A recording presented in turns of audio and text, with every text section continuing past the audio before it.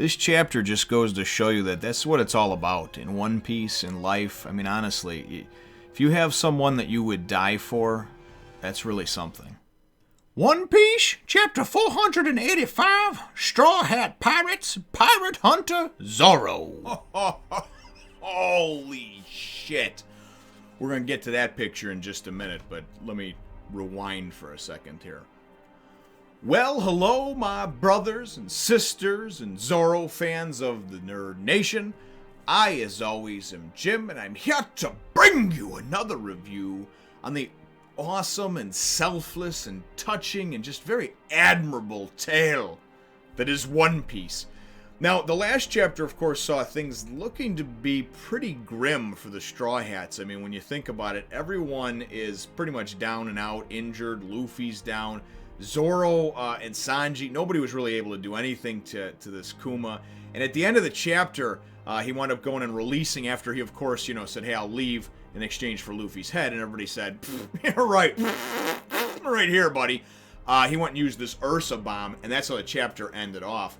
So the chapter picks up right there, and we actually wind up seeing Thriller Bark, just kind of like spinning in a muck. And this giant island of a ship or whatever, this Ursa bomb, like shook and moved and spun it around. Just because it was obvious. It's a real deal. It's a real deal. And you just see there's just crumbled shit everywhere, man. Like Thriller Bark has just been decimated, right? I thought it was bad when they came and they freaking burned Ennie's lobby to the ground.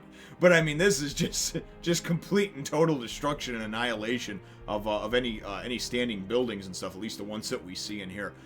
So nonetheless, after this, you kind of just see everybody laid out, knocked out. And the only problems that I really have and gripes that I have with this series in general is that when something like this happens, some people should die. Simple as that. If you want to go and show me the full impact and have me believe that the strength of this warlord is so big and powerful and beyond comparison, somebody needs to die. Everybody is knocked unconscious. I mean, they look like they're laying there like they're dead, but by the end of the chapter, they're all back and they're awake. So I don't know, what the situation exactly is with that. I just know that unfortunately that takes away some of the weight of these moves that are performed, especially when they happen to, encompass and hit kind of all the regular Joes, so to speak, the regular people that aren't super powered like a Zoro or a Sanji or what have you. So just my 2 cents on that. But again, I don't want to take away from the spotlight of this chapter, which is front and center, which is really Zoro. It's Zoro, it's heart, it's determination, it's courage, and really it's an undying respect and just honor beyond honor. I mean, just absolutely, I tell you, to have a guy like this as a friend, a comrade, whatever you want to call him in battle, it would be absolutely huge for anybody, because this guy he's the real deal. So Zoro winds up being the first to kind of get up out of the rubble over here, and winds up actually going and attacking and using a move, I think a Lion Song, I believe, that he uses on Kuma, and actually goes and hits him. A couple of slashes go through him, and so you slash, and you hear the squish, and then you go and you see, and one of the sleeves kind of comes off of Kuma's shoulder, his arm, whatever, and lo and behold, he's a fucking Terminator. Now, not actually a Terminator. He actually asks him, Zoro says, what, you're a cyborg, like Frankie? And he says, no. He says, I'm nothing like Frankie. So we know that he ate the paw fruit, right? To give him the paw pad hands or whatever. But he says that he's a pacifista. I mean, it's spelled P-A-C, so it could be pacifista or pacifista. I think it's pacifista because I think it's supposed to be like for like pacify, like you can pacify a crowd by bringing this guy in here and having him do your bidding. That's what I take from it, but I could be wrong, and if I am, of course, you can let me know in the comments over here.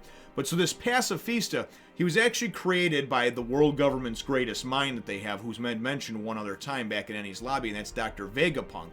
I hope I'm pronouncing that correctly, but Vegapunk. Anyway, Dr. Vegapunk, and he's the one, of course, that figured out how to feed devil fruits to inanimate objects, thus creating, things like Funkfried, the sword that turned into the elephant. So Why you can't just give a certain type of fruit to an actual animal and have that change, not quite sure. I don't know about all the ramifications of it, but this dude was able to figure out how to take inanimate objects and feed them devil fruits to obviously imbue them with power. So this guy's next level, and I certainly hope that we hear more and see more about him in the future. So that's what we wind up finding out about him. So big surprise, Sanji kicked him, and it was some kind of metal or steel skull. He actually goes and uses this move then after Zoro sees him, where he opens up his mouth and just goes and just breathes basically like a firebomb almost, and Zoro kind of jumps out of the way, but then he looks back, he's like, holy shit, there was iron that was there, like some of the rebar and pieces of iron from like the different fallen buildings and structures and whatnot, and the shit just melted away. So this guy is definitely next level as far as his prowess and his powers, and now we know why he kind of just seems to be very robotic-like in his speech and in his movements. He's this government-created cyborg. And I don't know if the other warlords know that, because these are all warlords. These are supposed to be like ex-pirates or pirates that were appointed by the government to kind of be like, to kind of keep other pirates in check and such, So I don't know. I don't know if this is like the government's secret weapon type deal. Like, hey, we took this guy, created him, and then go and we put him, kind of put him in undercover as a warlord because he's certainly powerful enough to be. Anyway, we don't know about how all that's going to work out and everything else, but what I did like, and the next part is really one of the most selfless acts that I've ever seen, certainly in One Piece or really any other media, period, Absolutely wonderful how it was done. Zoro goes and he says, listen, he goes, so the only way that you'll leave us be and let us live is if we give you Luffy's head, And Kuma says that's the ultimate sacrifice, or that's the ultimate compromise, is what he says. And Zoro says, I'll give you a head, but it's not going to be Luffy's. Take my head. I'm thinking, what? Yeah, take my head. I may not be the captain, obviously, but if this is the only way that I can save my crew, because he even says, because he says, I was going to become the greatest swordsman in the world. Well, what he does, he tries to sell him on the whole, I may not be as famous as Luffy right now, but I was going to become the greatest swordsman in the world, so obviously that's got to be something. That's got to mean something. You know what I mean? What I was working towards becoming certainly is puts me in the realm of, hey, at least it's a good bargaining chip, is what he tries to say. And then he winds up going and he says to me, he says, why would you do that though? You know what I mean? Like there's no point to why would you give up that dream? And he says, because it's the only thing, if it's the only way that I see to actually save my crew. And he refers to it as my crew, right?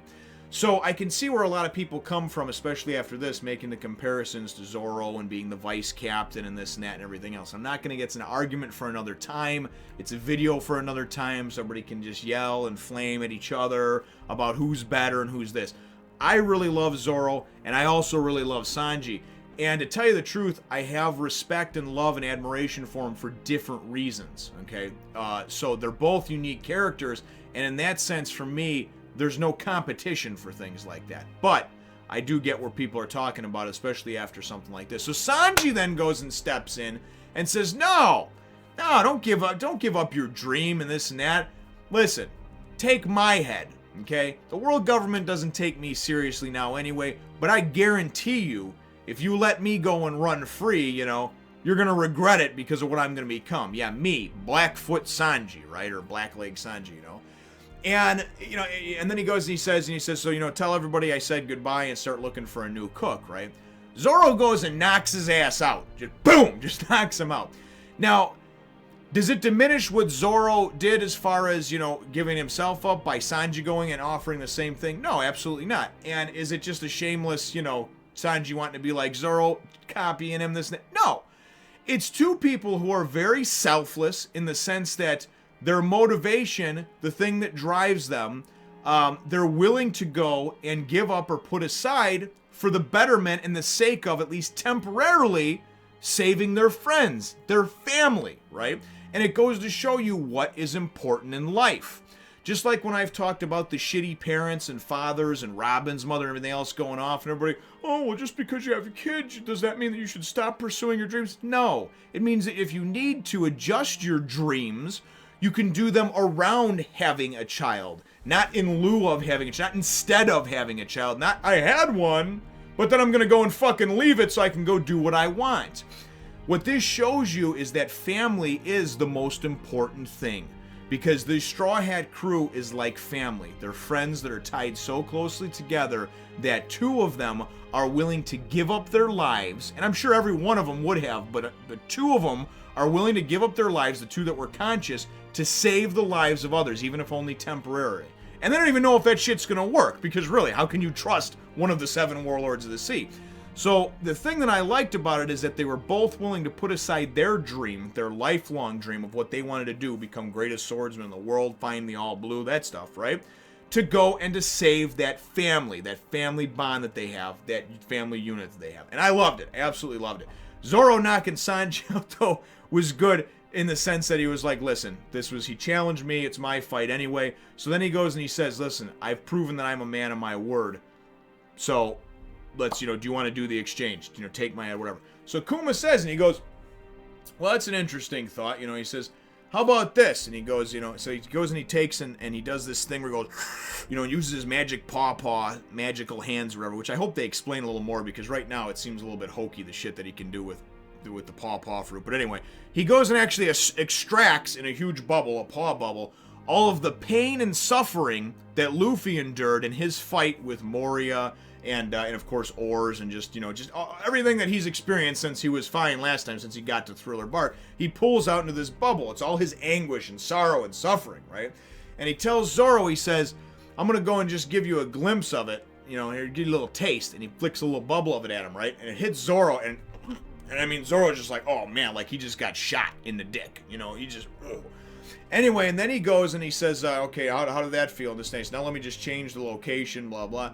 So then he goes and Zoro stands up and goes full on into this shit, right? Into the anguish. Anguish, pain, the sorrow, the suffering that Luffy took.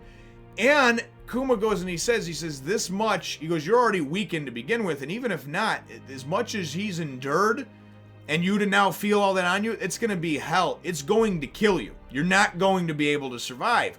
And I'm like, man, and Zoro doesn't even flinch, right?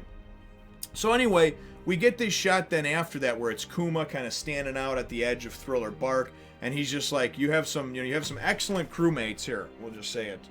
We'll just do it right from the actual thing. I'm waiting to say this, Kuma says, he goes here, you have exceptional friends. He's your son after all, Dragon.